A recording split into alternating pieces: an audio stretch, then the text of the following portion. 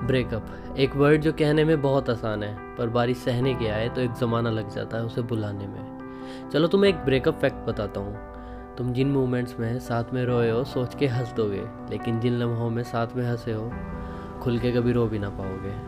हाँ, मैं अभी उसी दौर से गुजर रहा हूँ और वजह बस मैं हूँ। उसे बुरी लगती थी मेरी और पॉजेसिवनेस, मेरा रोकना टोकना, उसकी बातों में क्रॉस क्वेश्चनिंग करना, उसे कॉल वेटिंग का पूछना, उसका लास्ट सीन चेक करना। और क्यों ना होता पॉजेसिव में, कैसे देखता किसी की गलत नज़रें उस पे जो मेरा सब कुछ था।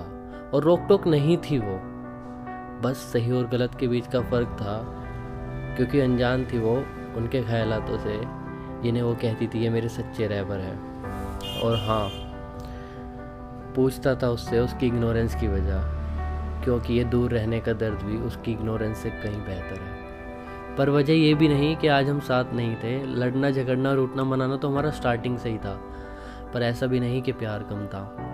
भीड़ होते ही उसकी उंगलियां मेरे हाथों को ढूंढती थी, मानो हाथ पकड़ के उसमें एक अलग ही हिम्मत आ जाती हो। उसके साथ रहता था तो हमेशा ऐसा लगता था जैसे मुकम्मल सा हो गया हूँ। और चाहिए भी क्या था, मिल तो गया था सब। हम दोनों एक दूसरे से बिना कुछ कहे घंटों तक बैठे रहते थे, मानो धड़कनें ही अपना इश्क बयां कर रही हो। फिर वो अपनी चुप्पी तोड़ती और क्यूट सा फेस बना के पूछती चले क्या, और मैं उसकी ओर देखता और धीरे से बोलता बस थोड़ी देर और। सब सही चल रहा था, बस फिर काम के सिलसिले में मुझे दिल्ली जाना पड़ा, और काम में वक्त कब गुजर जाता था पता ही नहीं चलता था। पर वो तो वहीं थी ना, उसका नाराज़ होना तो बनता था।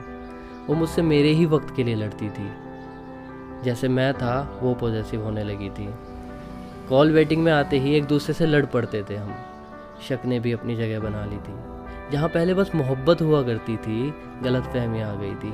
धीरे धीरे पता ही नहीं चला, जो दूरियाँ बस हम में थी हमारे बीच आ गई। और आज हम साथ नहीं, वजह बस मैं हूँ। क्योंकि मैं चाहता तो उसे रोक सकता था, उसका हाथ पकड़ के अपनी ओर खींचता और कस के गले लगा कर बोलता चलो ना, ख़त्म करते हैं इन गलत फहमियों को जो हमें मजबूर कर रही है जुदा होने में।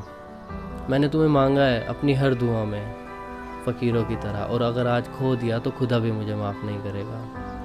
और कैसे भूल जाऊं वो वादे जो हमने साथ जीने के किए थे, वो छोटे छोटे से सपने बच्चों के जैसे जो हमें साथ पूरे करने थे। सब पूरे कर सकते थे हम, पर किए नहीं। दिमाग में बस एक ही बात चल रही थी, बहुत हो गया, बस अब और नहीं, और नहीं, अब और नहीं। अच्छा सुनो, तुम जहाँ भी हो, एक बात कहनी है तुम्हें, कि इतनी दफ़ा तो सांसें भी नहीं ली मैंने जितनी दफ़ा तुम्हें याद किया है। इतनी दफ़ा तो सांसें भी नहीं ली मैंने जितनी दफ़ा तुम्हें याद किया है। चलो कभी वक्त निकाल कर सोचते हैं, क्यों इन गलत फहमियों ने रिश्ता बर्बाद किया है, क्यों इन गलत फहमियों ने